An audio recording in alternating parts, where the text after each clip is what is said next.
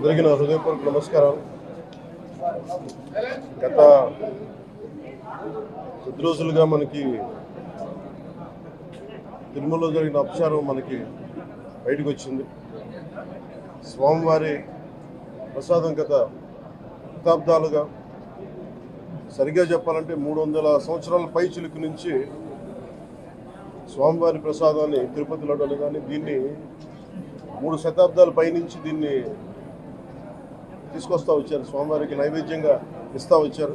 ఇది మహాప్రసాదంగా భావిస్తాం దేశం అంతా. ఇది ఒక ప్రభుత్వాన్ని నిందించడానికో, దీని మీద రాజకీయ లబ్ధి పొందడానికో దీని వెనుక ఉద్దేశం లేదు. వైసీపీ పాలనలో టీటీడీ బోర్డుని కాన్స్టిట్యూట్ చేసిన విధానం మేము ముందు నుంచి ఆక్షేపం తెలియజేస్తూ ఉన్నాం.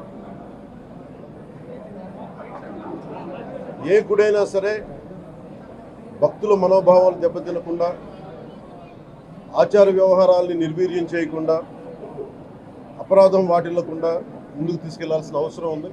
అది వారి బాధ్యత.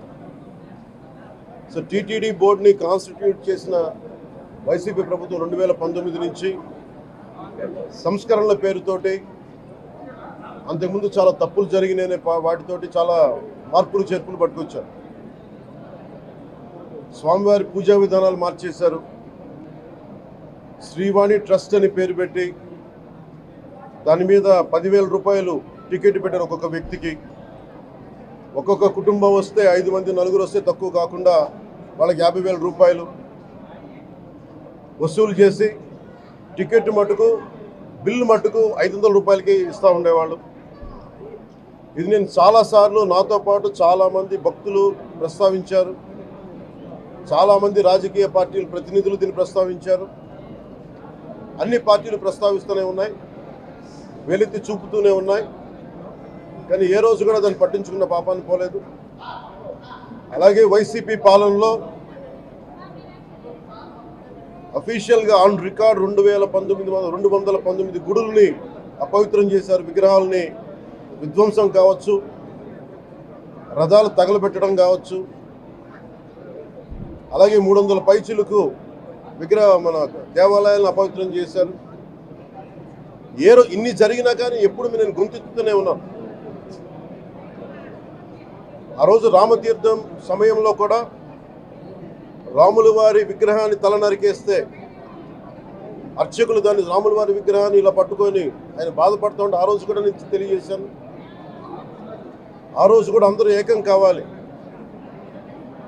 ఎవరి మతమైనా కావచ్చు, ఎవరి ప్రార్థనా మందిరాలు కావచ్చు, దేవాలయం కావచ్చు, మస్జిద్ కావచ్చు, చర్చి కావచ్చు, కానీ వారి మనోభావాలకి దెబ్బతినేలాగా దాడులు జరిగితే బయటికి రావాలి అని అందరూ నేను కోరుకుంటే, ఆ రోజున చిలకలూరుపేట నుంచి ఉండే ముస్లిం సమాజ సోదరులు కూడా బయటకు వచ్చి ఆ రోజున మద్దతు తెలియజేశారు.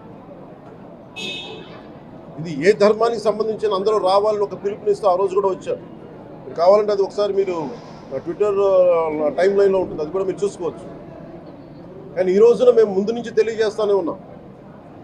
చాలా అవకతవకలు జరుగుతూ ఉన్నాయి, ప్రసాదాలు కల్తీ జరుగుతూ ఉన్నాయి, సరిగ్గా లేవు, ప్రసాదం నాణ్యత పోయింది, డబ్బులు కలెక్ట్ చేస్తున్నారు, రిసిప్ట్లు ఇవ్వట్లేదు. అసలు టీటీడీ మీద కూడా వైట్ పేపర్ రావాల్సిన అవసరం ఉంది. ఇవన్నీ కూడా మేము చాలాసార్లు అనుకుంటా ఉన్నాం.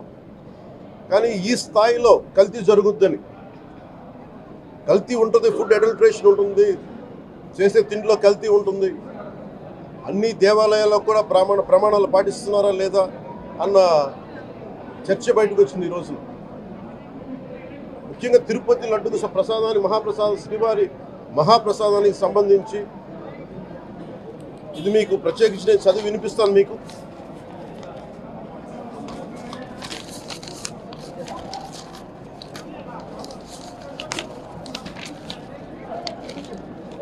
ఈ రిపోర్ట్ ప్రత్యేకించి centre for analysis and learning in livestock and food of the national dairy development board వారికి శాంపుల్స్ పంపిస్తే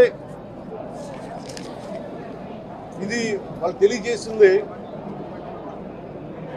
స్టాండర్డ్ వాల్యూ లిమిట్స్ ఎలా ఉండాలి అని వాళ్ళు చెప్పారు. ఏం చెప్పారంటే pure milk fat shall have a reading between 95.68 to 104.32, but all the ghee samples had values around 20, which means the ghee is highly adulterated. దాని సబ్సిక్వెంట్ టేబుల్లో సహజంగా నెయ్యిలో వ్యాపారులు కల్తీ చేసేది ప్లాంట్ బేస్డ్ కల్తీ జరుగుతూ ఉంటుంది. అదే తప్పు. అలాంటిది దీంట్లో ప్రత్యేకించి తెలియజేసింది సోయాబీన్ ఉంది, sunflower, olive oil, rapeseed, linseed, wheat germ, maize germ, cotton seed, coconut, palm ఆయిల్తో పాటు fish oil, beef tallow, lard. Fish oil మీకు తెలిసిందే, చేప నుంచి ఎక్స్ట్రాక్ట్ చేసిన నూనె. బీఫ్ టాలో అంటే మనకి పశువు సంబంధించిన కొవ్వు. అలాగే లాడ్ అంటే మన పందికి సంబంధించిన కొవ్వుని. ఇవి ఎక్కువ ఉన్నాయి. ఈ దారుణం ఏంటంటే శతాబ్దాలుగా పోరాటం చేస్తున్నారు అయోధ్య రామ మందిరం కోసం. దానికి కూడా వీళ్ళు 1,00,000 లడ్లు ఇలా బీఫ్ తోటి, పిగ్ ఫ్యాట్ తోటి, ఫిష్ ఆయిల్ తోటి కలిపిన 1,00,000 లడ్లు కొన్ని శతాబ్దాలుగా అయోధ్య రామ మందిరం కావాలని చాలా ప్రతిష్టాత్మకంగా తీసుకుంటే దానికి కూడా తిరుపతి లడ్లు వెళ్ళి, టీటీడీ లడ్లు వెళ్ళి, ఇది దేశం అంతా దీన్ని కదిలిపోయింది. ఈ రోజున ఇలాంటి అపవిత్రం జరిగింది. దీని గురించి ప్రస్తావిస్తే రిపోర్ట్లు బయటకు వస్తాయి. వైసీపీ నాయకత్వం కానీ ఇది రాజకీయ లబ్ధి కోసం చేస్తున్నారని ఒక మాట మాట్లాడుతూ ఉన్నారు. వైసీపీ నాయకులకి కానీ వారి మద్దతుదారులు కానీ నేను మనస్ఫూర్తిగా మీకు తెలియజేస్తున్నా, రామతీర్థం గొడవప్పుడు 219 గుడుల్ని మీరు అపవిత్రం చేసినప్పుడు మీ పాలనలో ఒక సగటు హిందువుగా నేను గొంతెత్తి పోరాటం చేయాలి అంటే రోడ్ల మీదకి ఆ రోజే వచ్చామని గుర్తుపెట్టుకోండి. ఆ రోజు కూడా రామతీర్థం రాముల వారి విగ్రహాన్ని మీరు నరికేసి అర్చకులు చేతిలో పట్టుకున్నప్పుడు చాలా బాగుంది. కానీ ఆ రోజు కూడా దాన్ని రాజకీయ పరంగా మేము తీసుకెళ్ళా. దోషులకి శిక్ష పడాలి, వీళ్ళెవరో కనుక్కోండి. ఈ రోజు వరకు మీరు పట్టించుకోవాలా. ఇది మేము చెప్తూనే ఉన్నాం.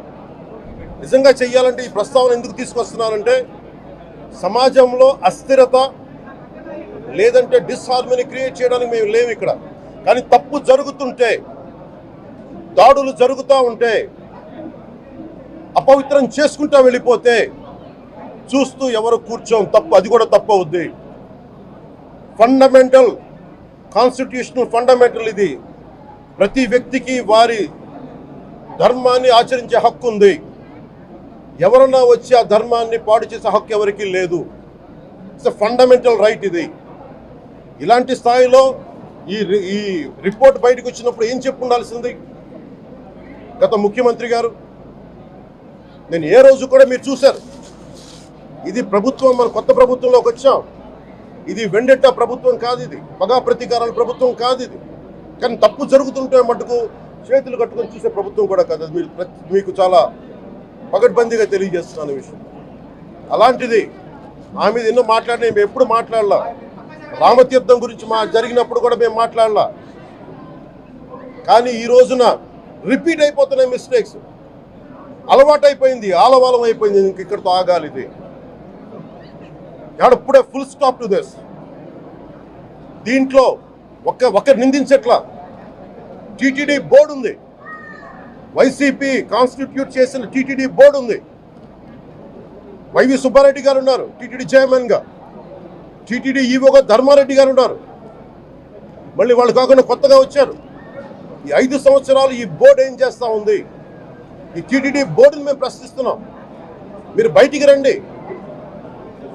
గత ముఖ్యమంత్రి ఏం చేసి ఉండాల్సింది వచ్చినప్పుడు మీరు పంపించండి ల్యాబ్స్కి, మీకు ఎవరైతే తప్పులు చేశారో వారి మీద మీరు చర్యలు తీసుకోండి అని చెప్పాలి. కానీ తప్పులు చేసిన వాళ్ళు వెనకేసుకొచ్చే విధానం ఏంటో నాకు అర్థం కావట్లేదు.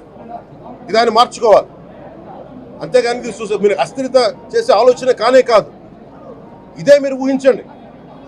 ఇంకా ఏ ధర్మం మీదైనా సరే ఇలాంటి అపవిత్రం ఒక చర్చి మీద జరిగిన, ఒక మస్జిద్ మీద జరిగిన దేశం అల్లకల్లోలం చేసేస్తారు, ప్రపంచం అంతా మాట్లాడతారు, గ్లోబల్ న్యూస్ అయిపోద్ది. కానీ దేశంలో కోట్లాది మంది హిందువులు అపవిత్రమైతే, ఈ ప్రసాదం అపవిత్రమైతే ఒక్కరు కూడా మాట్లాడకూడదు, ఇది సెక్యులర్ వ్యవస్థకు విఘాతం అంటే హిందువులకి మనోభావాలు ఉండవా? ఇది ఒక్కరు నిందించట్లా, అసలు మీరు ప్రస్తావన చేయకూడదు, ఇది తప్పు, ఇది మాట్లాడకూడదంటే ఎట్లా? ఇదే వేరే మతానికి మీరు అన్వయిస్తారా? నేను అన్ని మతాలని సమానంగా గౌరవించేవాడిని, ఇస్లాంని గౌరవించేవాడిని, క్రిస్టియానిటీని గౌరవించేవాళ్ళం మేమందరం. సనాతన ధర్మం అని మొత్తుకుంటున్నాం. దేనికి సనాతన ధర్మం అంటే? సనాతన ధర్మానికి ఒకరు ప్రారంభించింది కాదు. ఇది ఒక వ్యక్తి ఒక కూర్చోబెట్టి ఒకరు స్టార్ట్ చేసింది కాదు. ఇది కొన్ని వేలాది సంవత్సరాలుగా అన్ని మతాలని, అన్ని విశ్వాసాలని అలింగనం చేసుకున్న నేల ఇది. అలాంటి విశ్వాసాలకి దగ్గర తీసుకున్న ఈ నేల మీద ఇలాంటి అపవిత్రం జరిగితే, రిపీటెడ్గా జరిగితే, ఒకసారి కాదు, 2 సార్లు కాదు, రిపీటెడ్గా జరిగితే ఇప్పుడు కూడా మాట్లాడకూడదంటే అది తప్పు చేసిన వాళ్ళం అవుతాం. మేము దోషులకి శిక్ష పడాలి. ఫుడ్ అడల్టరేషన్ ఇది మేము కాదంటలా. టీటీడీ బోర్డు, అప్పుడు టీటీడీ బోర్డు బాధ్యత తీసుకోవాలి. పొలిటికల్గా వచ్చి అలంకారప్రాయంగా ఒక్కొక్కళ్ళు వచ్చేసి దర్శనాలకి టికెట్లు ఇవ్వడానికి మీరు బోర్డు మెంబర్స్ అవ్వలేదు. మీరు ఎవరు చైర్మన్ కానీ ఈవో కానీ, మీరు అక్కడ ధర్మాన్ని పరిరక్షించాలి. మీరు అక్కడ మీ ఇష్టాలకి మీరు కూర్చోబెట్టి మీ ఇష్టాలకి కాంట్రాక్ట్లు ఇచ్చుకోవడానికి మీరు టీటీడీ బోర్డుకి మీరు వెళ్ళలేదు. మీరందరూ, మీ అందరికీ బాధ్యత ఉంది. మీరు నిర్ణయించుకోవాలి. ఎవరికి కోపాలు రావు, ఎవరికి వేదన రాదు, ఎవరికి బాధలు రావంటే కుదరదు. వస్తాయి బాధలు, వేదన ఉంది, మాట్లాడతాం. మర్చిపోకండి ఎవరు. గత ముఖ్యమంత్రి గారు కూడా నేను చేస్తా ఉన్నాను, జగన్మోహన్ రెడ్డి గారికి కూడా. ఇదే చర్చికి జరిగితే మీరు ఊరుకుంటారా? ఒక మసీదుకి జరిగితే ఊరుకుంటారా? ఒక తిరుమలకు జరిగినప్పుడు ఎందుకు వెనకేసుకొస్తారు? రాకండి. ఏ మతం మీద దాడి జరిగినా సంపూర్ణంగా నాతో సహా మేము ఖండిస్తాం, బయటకు వస్తాం. ఇస్లాం మీద దాడి జరిగితే మేము మాట్లాడతాం, క్రిస్టియానిటీ మీద దాడి జరిగితే మేము మాట్లాడతాం, హిందూ ధర్మం మీద, సనాతన ధర్మం మీద దాడి జరిగితే కూడా నేను మాట్లాడతాను. ఇది మొదటిసారి కాదు, మేమందరం మాట్లాడతాం. ఇది ప్రాథమిక హక్కు. ఇది పరస్పర విశ్వాసాలను గౌరవించుకోవడం చాలా చాలా అవసరం. ఇది అందరికీ తెలియజేస్తున్నాను. ఇది దోషులకి కఠిన శిక్ష పడాలి.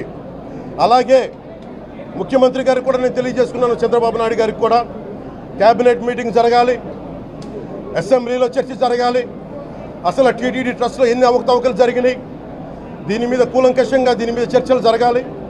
అలాగే నిన్న అందరూ మీడియా పెద్దలు కూడా అడుగుతూ ఉన్నారు, పత్రికాధిపతులు కూడా అడుగుతూ ఉన్నారు, మీడియా వారు కూడా అడుగుతున్నారు, దీన్ని సిబిఐకి తీసుకెళ్లాలా లేదా అనేది. అది గౌరవ ముఖ్యమంత్రిగా నిర్ణయం తీసుకోమని. మీరు ఏ నిర్ణయం తీసుకున్నా క్యాబినెట్ మీ వెనకాల ఉంటుంది, ప్రజలు మీ వెనకే ఉంటారు. ఇది ఇక్కడితో ఆగాలని మనస్ఫూర్తిగా నేను కోరుకుంటున్నాను. అలాగే 40 సంవత్సరాలుగా కర్ణాటకలోని గీ కంపెనీకి ఇస్తూ ఉన్నారు. 15,000 కేజీలు అవసరం అవుతుంది నెయ్యి, మనకి స్వచ్ఛమైన నెయ్యి. అలాంటిది వీళ్ళు 1000 రూపాయలు కొన్నదాన్ని వీళ్ళు 360 రూపాయలకే వస్తుందని చెప్పి ఎవరో మిడిల్ మ్యాన్ వచ్చి చెప్పారు. ఆ మిడిల్ మ్యాన్ ఎవరు? దీని మీద సంతకం పెట్టింది ఎవరు? మీరు 1,00,000 లడ్డూలు మీరు అయోధ్యగా పంపించినప్పుడు మాట్లాడింది ఎవరు? చెక్ చేశారా? క్వాలిటీ చెక్ చేశారా? కోట్లాది మంది భగవంతుణ్ణి విశ్వాసం ప్రకటించే ప్రతి ఒక్కరి ఈ రోజున బాధకు గురయ్యారు. నాకు నిజంగా ఇంకో వేదన కూడా ఉంది. ఇది ఇంకొకరు నిందించట్లా. తిరుమలలో ఉండే ఇంతమంది సేవ చేసుకునే వ్యక్తులు కానీ, మీరందరూ హిందువులే కదా, మీరందరూ టీటీలో ఉండే వందలాది మంది ఎంప్లాయీలు, మీకు ఉద్యోగులు, వేలాది మంది ఉద్యోగులు, మీరందరూ ఏం చేస్తున్నారు? మీరు హిందువులు కాదా? మీరు స్వామివారికి అపవిత్రం జరుగుతూ ఉంటే మీరు కల్తీ నేచర్ మీకు తెలిసి కూడా మీరు ఎందుకు కాముకున్నారు? భయపడ్డారా వైసీపీ అంటే? వైవి సుబ్బారెడ్డి గారంటే భయపడ్డారా? ధర్మారెడ్డి గారంటే భయపడ్డారా? ఏ స్వామి అయితే మీకు ఆశ్రయం ఇచ్చారో ఆ స్వామికి అపవిత్రం జరుగుతూ ఉంటే మీరందరూ కామ్గా కూర్చునే మీకు ఎలా వచ్చింది మీకు? ఇది నేను సాటి హిందువులను కూడా నేను ప్రశ్నిస్తున్నాను. మీరు కూడా తప్పు చేశారు దీంట్లో. ఇది ముందుగా ప్రతి హిందువు గౌరవించాల్సింది. దీన్ని మీ మతాన్ని మీరు గౌరవించుకోండి ఫస్ట్. ప్రతి హిందువు నేర్చుకోవాలి ఇది. ప్రతి హిందువు ఆత్మపరిశీలన చేసుకోవాలి. మీరు బయటికి రావాలి. తప్పు జరుగుతూ ఉంటే కూర్చొని చేతులు కట్టుకొని మనకెందుకులే అంటే ఇలాగే ఉంటాయి. ఇది మారాలి. ఇది అందుకు నేను కూడా దీంట్లో భాగమే. కాబట్టి నిజంగా నాకు ఇన్ని సమస్యలు చెప్పారు ఇన్ని సంవత్సరాలుగా. వైసీపీ మీద పోరాటాలు చేస్తున్న రోడ్లు బాగలేదంటే మాట్లాడాం, రైతుకి సమస్యలు వస్తే మాట్లాడాం, గుడులు అపవిత్రం చేస్తుంటే మాట్లాడాం. కానీ ఏ ఒక్కరు కూడా బలంగా కూర్చొని టీటీడీ ఉద్యోగులు ఎవరైనా సరే ఇలా జరుగుతుంది అని తెలిసి కూడా కామ్గున్నారంటే మీరు మహా అపరాధం చేశారు. ఆ మహా అపరాధానికి నేను కూడా నాకు సంబంధం లేకపోయినా ఈరోజు నేను ప్రాయశ్చిత దీక్ష మొదలుపెట్టాను. ఈరోజు 11 రోజులు స్వామివారికి నేను క్షమాపణలు కోరుకుంటూ దీక్ష తీసుకుంటున్నాను. ఇది మారాలి, భవిష్యత్తు ఇలా ఉండకూడదు అని కోరుకుంటూ సెలవు తీసుకున్నాను. నమో వెంకటేశాయ.